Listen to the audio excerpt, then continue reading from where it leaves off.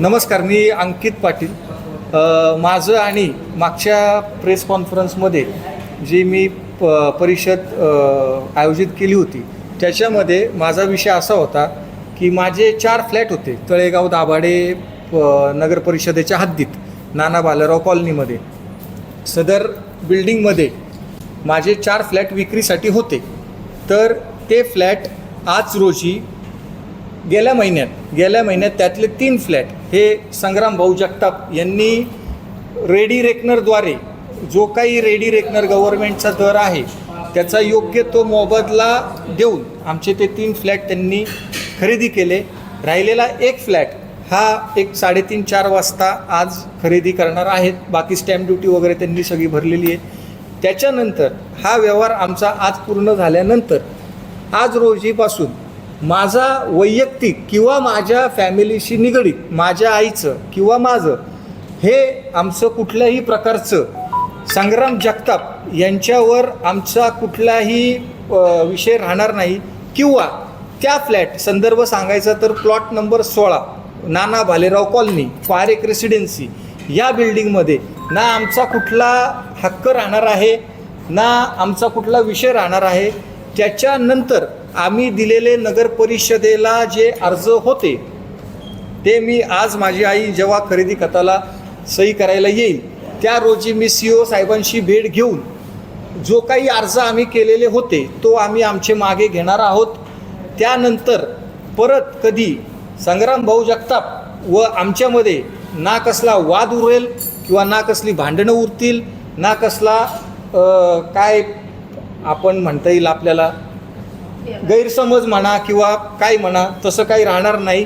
राहिला प्रश्न व्यवहाराचा तर आज रोजी आम्ही सगळा व्यवहार हे आज पूर्ण करणार आहेत. एकदम डीपमध्ये सांगायचं तर NOC तिन्ही फ्लॅटचे यांनी प्रशासकांना यांनी देण्याचं पण ठरवलं आहे.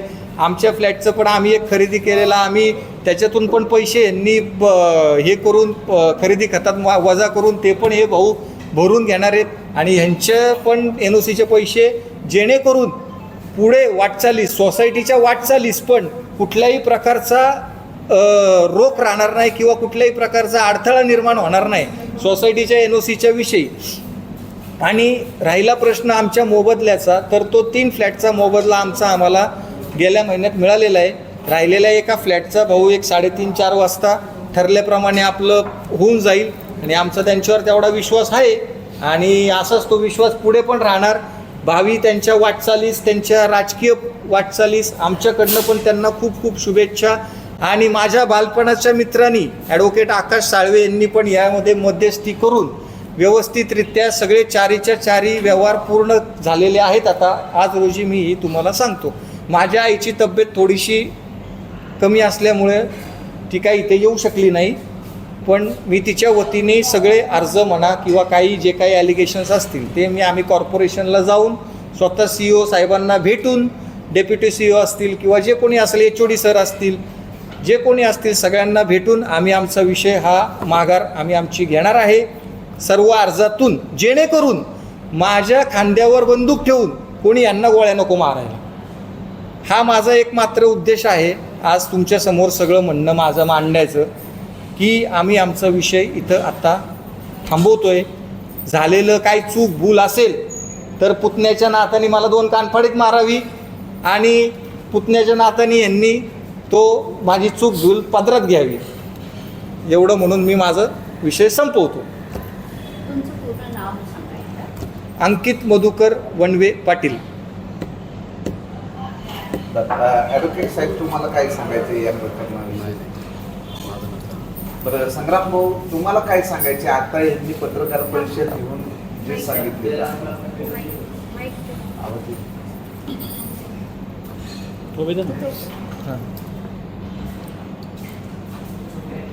खरं तर तुम्ही मागच्या वेळेलाही बोलला नव्हता आताही न बोलणं प्रतिक्रिया न देणं योग्य नाही. त्यांनी त्यांची मान्य केलेली त्यांनी त्यांची बाजू आता पूर्णपणे मांडलेली आहे. त्यांनी सांगितले ज्या काही झाल्या त्या सोडून द्यायच्या सगळ्यांनी. आता माझा इथून पुढे सोसायटीवर तुमच्या कुठल्या याच्यावरती माझा कसलाही रोष नसणार आहे विरोध नसणार आहे. ते सोसायटी फॉर्मेशन जरी भविष्यात तरी त्याची फॉर्मेट सोसायटी फॉर्मेट आहे नाही, नव्यानं रिकन्स्ट्रक्शन करायची असेल तो त्यांचा प्रश्न आहे. एकदम त्यांचा तो त्यांचा विषय. आपला भविष्यात आता- अडथळाच होणार नाही. नमस्ते, मी संग्राम कृष्णराव जगताप. जेणेकरून आम्ही 12-13 वर्षापूर्वी नाना भालराव कॉलनीमध्ये पारेख रेसिडेन्सीमध्ये मी फ्लॅट पहिला घेतला होता. त्यानंतर मी काही फ्लॅट घेत गेलो. त्यानंतर तिथं पहिल्यापासून अंकित याचं घर तिथं पहिल्यापासून होतं. त्यानंतर त्याचे 3 फ्लॅट ONRK होते आणि एका फ्लॅटचे त्यांनी पैसे देऊन ठेवलेले होते.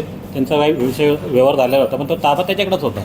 तर त्यांनी मला सांगितलं की बाबा हे फ्लॅट्स तुम्ही घेऊन टाका आणि आम्हाला मोकळं करा, आम्ही जातो. तर मी त्याला वारंवार घेतो, नंतर घेतो, का तर माझे बी काही फायनान्शियलदृष्ट्या अडचणी असल्यामुळं माझे धंद्यात पैसे अडकलेले होते. तर त्याला ते थोडंसं लेट होत गेलं.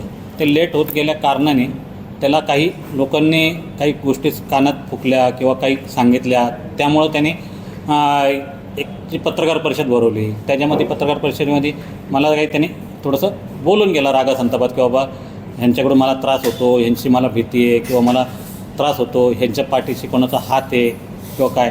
तर तसं या सगळ्या गोष्टी झाल्या तरी बी मला काही प्रॉब्लेम नव्हता की बाबा तो माझ्या पुतण्यासारखाच होता पहिल्यापासून.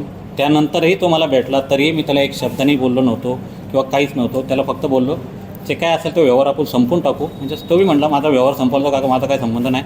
तेव्हा मला तुमच्याविषयी विरोधात नगरपालिकेत मी ॲप्लिकेशन दिलेले मी सगळे परत घेतो. गृहनिर्माण संस्थेमध्ये दिलेले मी परत घेतो. माझा काही संबंध नाही. मला फक्त माझे फ्लॅट मी सेल करायला बघतो, पण तुमचे फ्लॅट असल्याकारणाने कोणी फ्लॅट घेत नाही आहे असं माझं त्याचा गैरसमज होता. म्हणजे पण तो म्हणला की माझे फ्लॅटच्या गिराईक आलेले परत रिटर्न आले की परत येतच नाही. आता तुमचे फ्लॅट असल्यामुळे मला तिथं फ्लॅट सेल करायला प्रॉब्लेम होतो आहे आणि तुम्ही बी घेत नाही आणि मला पैसे पाहिजे आहेत. मला फ्लॅट सेल करून मला दुसरीकडे काही पैसे अडकवायचे आहेत काही जागी. तर ते माझे प्रॉब्लेम्स होतो आहे. मला पटक्याने मोकळं करा. आणि ते मी लवकरात लवकर त्याला मोकळं न केल्यामुळं तो थोडंसं चिडचिड झाली. त्याला कोणी 4 लोक भेटले. त्यांनी 4 लोकांनी हे केलं, त्याला सांगितलं की असं कर तसं कर. त्यांनी करत गेलं.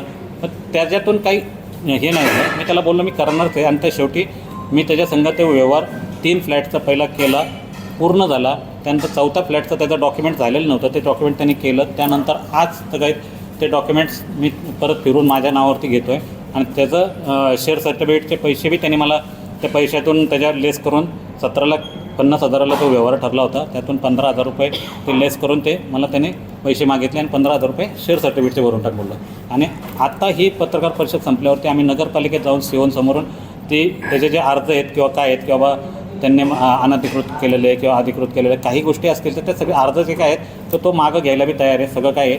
आणि तो म्हणला रात्री बी त्याने मला सांगितलं की जे काही झालं मी तुमच्या घरातल्यासारखाच आहे आणि घरातल्यासारखाच राहणार शेवटपर्यंत. आणि तो विषय सगळा क्लोज झालेला आहे. आणि त्याने बी आता सगळं सांगितलेलं तुम्हाला आत्ता. आणि त्यामुळं आता ह्याच्या पुढं अंकितचा फक्त माझा आणि त्याचा मैत्री म्हणून एक संबंध राहणार आहे, नातं म्हणून संबंध राहणार आहे. पण त्या प्लॉटशी ह्याच्या पुढं भविष्यात कधीही अंकित वनवेचा काही एक संबंध राहणार नाही हे त्यांनी ॲग्री केलेले. आणि ह्या गोष्टीला परत कोणी ह्या गोष्टीचा उपयोग करून फायदा उचलायचं काम करू नये ही नम्र विनंती.